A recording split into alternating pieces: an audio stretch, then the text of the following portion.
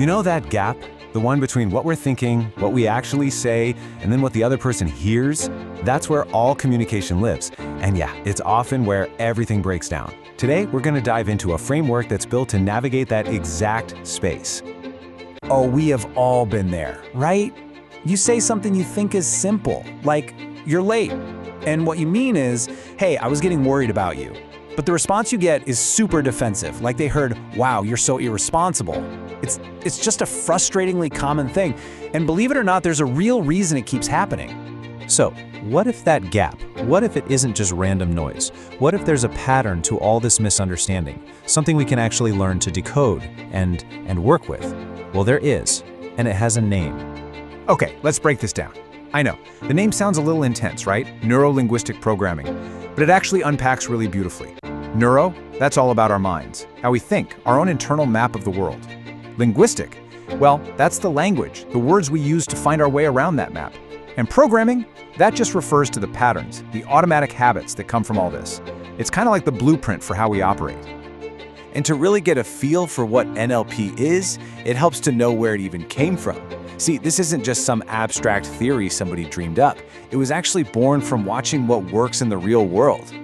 So it all started back in the 70s, when its founders started modeling people who were just exceptional communicators. They basically asked, what are these folks doing differently that makes them so incredibly effective? And from there, the core ideas were built out, and today these concepts are used just about everywhere, from corporate boardrooms to coaching sessions. All right, let's put the history aside for a second and get back to the heart of it all. Let's talk about the super personal, very human experience of perception. This is such a simple idea, but it is so profound. Think about it. No two people see the world in exactly the same way. All our memories, our beliefs, our past experiences, they all act like a filter. And that's exactly why "you're late" can be filtered through one person's anxiety and heard as genuine concern, but filtered through another person's history of being criticized and heard as a flat-out accusation. This really visualizes that communication gap perfectly. On one side, you've got your intent, that feeling of worry. But what actually arrives on the other side is always filtered, it's always interpreted, and it's reshaped by the listener's own personal map of the world. The words are just the delivery truck. Their filter decides where the package ends up. Now this is one of the core ideas in NLP, and it is so powerful. It completely flips the script on responsibility. It basically suggests that if your message didn't land the way you intended, it's not about blaming anyone.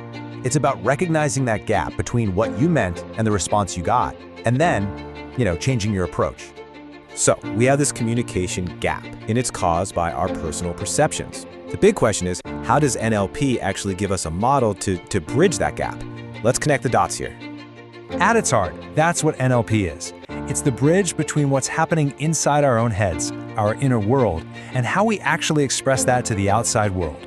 You can think of it as the how-to guide for translating one to the other effectively. And it all builds in a really clear sequence. First, neuro. We have a thought, an internal experience, like that feeling of being worried. Then, linguistic.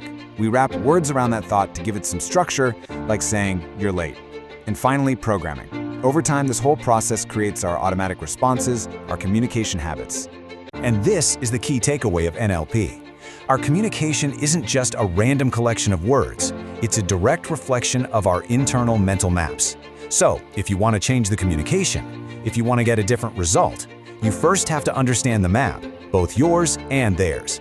Okay, this is all really interesting stuff, but what's the bottom line?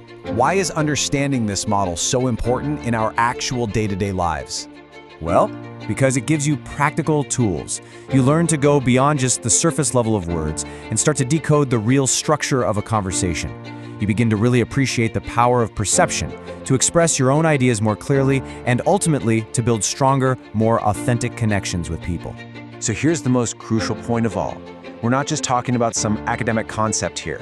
We're talking about a practical framework you can actually use to navigate your conversations with more skill and, frankly, more empathy. It's a tool for intentionally building better human connections. So I'll just leave you with this final thought. Think about a recent conversation that was difficult. How might it have played out differently if you stopped focusing only on the words being said and instead got really curious about the personal map that was generating those words? That's the shift this way of thinking offers.